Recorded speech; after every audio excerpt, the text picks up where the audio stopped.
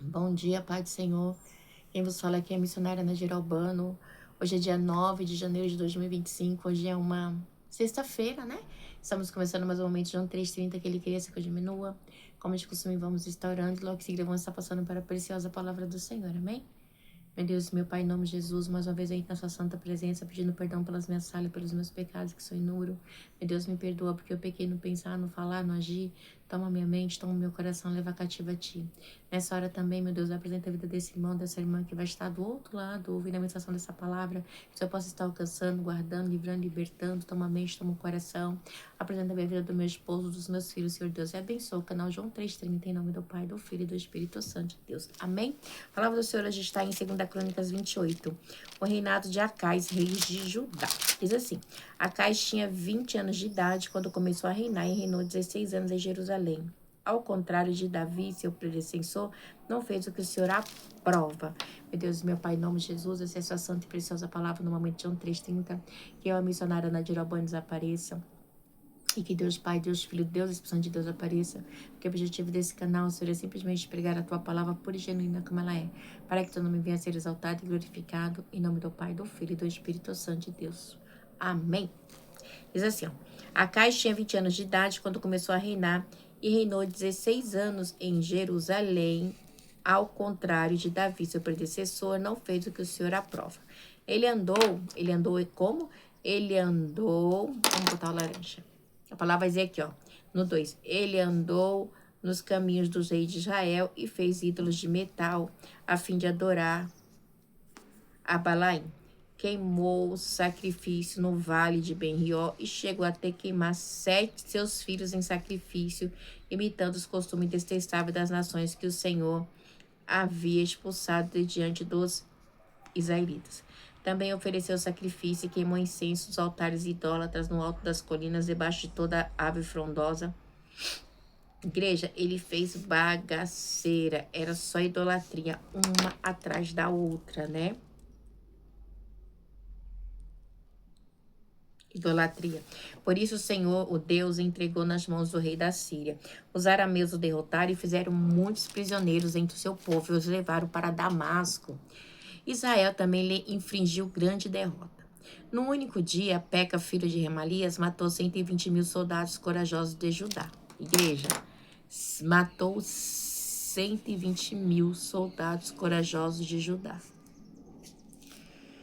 Pois Judá havia abandonado quem? O Senhor, o Deus dos seus antepassados.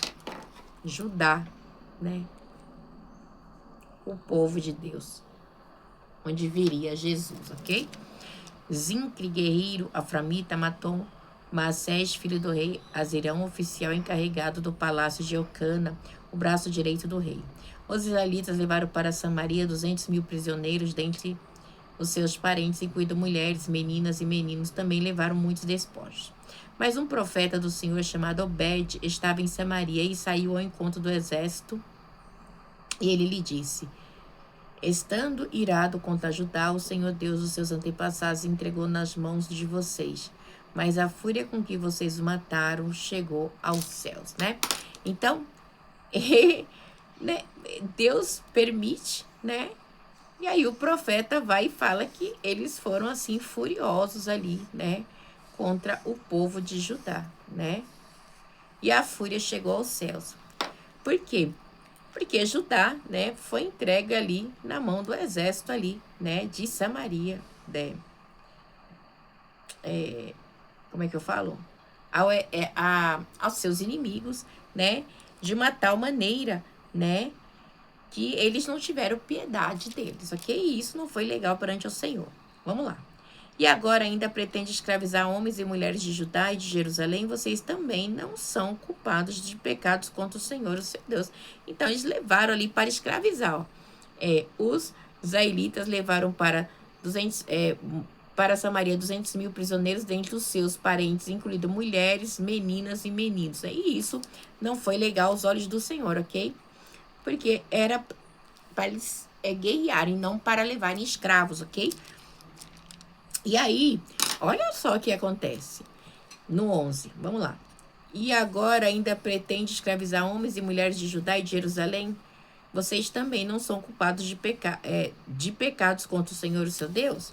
Agora ouçam-me, mande de volta seus irmãos que vocês fizeram prisioneiro, pois o fogo da ira do Senhor está sobre vocês. Querendo ou não, Israel era um só povo, tá, igreja? Então, de um jeito ou de outro, né, eles eram uma nação dividida, ok? Aleluia, né? Querendo ou não, Samaria, que era de Israel, né, era o povo de Deus, porque Israel foi dividido. Depois, Acabe fundou a capital em Samaria. E isso aí acabou o quê? Fazendo com que uma divisão entre os reinos, tá? Ok? Mas aqui é reino contra reino, mas no fundo é só o povo de Deus, tá? Agora, contudo, ouça, mande de volta os irmãos, né? Seus irmãos, tá? Que vocês fizeram prisioneiro, pois o fogo da ira do Senhor está sobre vocês. Então, Azarias, filho de Joná, Berequias, filho de Meusibelote, filho de...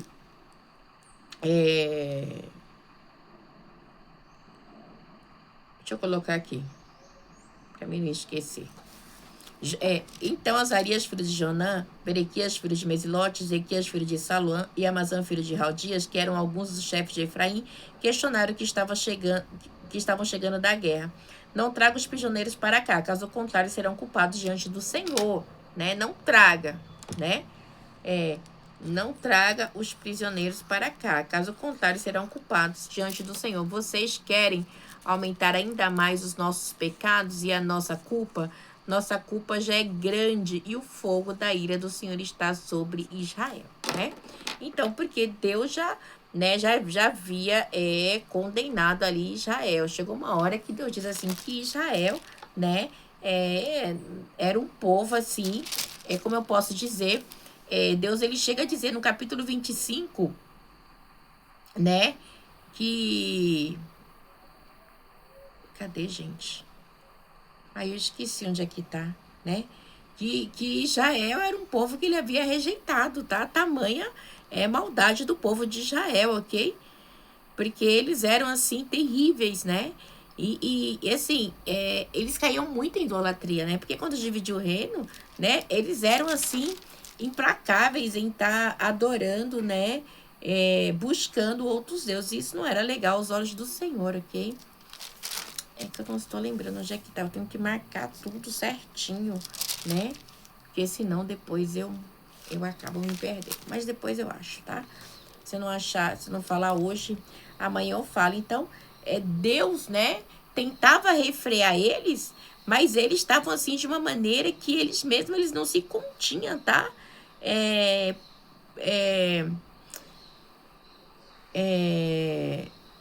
Porque eles não se continham, né? A palavra diz assim no 25, capítulo 25, 7. Entretanto, o homem de Deus foi a ele e disse: ó rei, estas tropas de Israel não devem marchar com vocês, pois o Senhor não está com Israel, tá?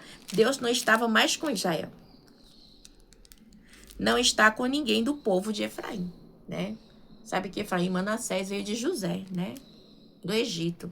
Então, assim, mas Deus já não estava mais com Israel. Então, é muito sério. Eles estão vendo isso no capítulo 25, versículo 7, tá? Então, é muito sério. Então, o que acontece? Então, os soldados libertaram os prisioneiros e colocaram os despojos na presença dos líderes de toda a Assembleia. Aqueles homens citados nominalmente apanharam os prisioneiros e com as roupas e as sandálias dos despojos vestiram todos os que estavam nus e deram-lhes comida, bebida e bálsamo medicinal, puseram sobre jumento todos aqueles que estavam fracos, assim os levaram de volta às suas pátrias, residentes em Jericó e a cidade das palmeiras, e voltaram para Samaria, né? Então eles falam, não, a gente não vai, né? Se Deus falou não, então eles vão ter que voltar, né?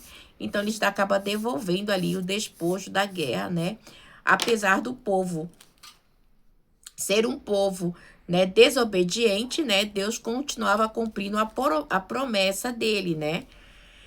Nessa época, o rei Acais enviou mensageiros ao rei da Síria para pedir-lhe ajuda. Os edomanitas tinham voltado a atacar Judá e fazendo prisioneiro. Os filisteus atacaram cidades de Safalá no sul e conquistaram e ocuparam Bet-Semas, Aijolã e Gerodote, bem como Socote, Mãe, Guizo e seus povoados. Aí diz assim, ó, no 19. O Senhor humilhou Judá por causa de Acais, rei de Israel, por sua conduta desregrada em Judá,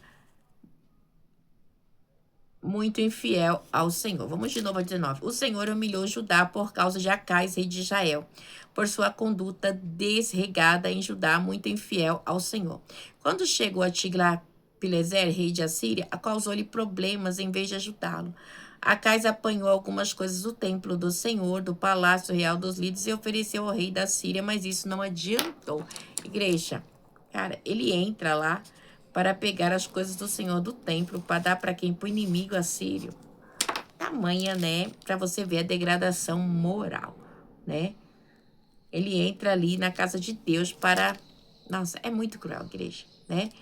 Querendo fazer ali, né, amizades com quem Deus não tinha aliança, tá? Porque no 16 diz assim, nessa época, Acais enviou mensageiro ao rei da Síria para pedir-lhe ajuda, né? Então, igreja, ele estava fazendo amizade, aliança com quem Deus não tinha compromisso. E isso não é legal, ok? Vai fazer o quê, né? Mesmo nessa época em que passou por tantas dificuldades, o rei Acais tornou-se ainda mais infiel ao Senhor. Igreja, quanto mais dificuldade ele passava, mais infiel ele se tornava a Deus. E isso, igreja,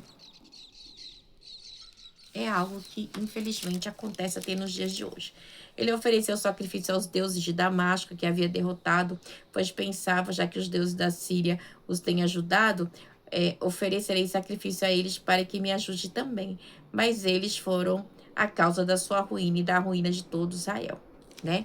Então, olha a mente dele da idolatria, né? Ofereceu sacrifício aos deuses de Damasco, que havia derrotado, pois pensava que os deuses da Síria, né, os tem ajudado. Eu farei sacrifício a ele para que me ajude também, mas eles foram a causa da sua ruína e de todo Israel. Ele não entendeu que Deus estava castigando ele, né?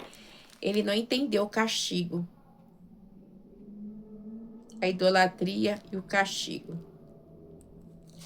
Acais juntou os utensílios do templo de Deus, os retirou de lá, trancou as portas do templo do Senhor e ergueu altares em todas as esquinas de Jerusalém.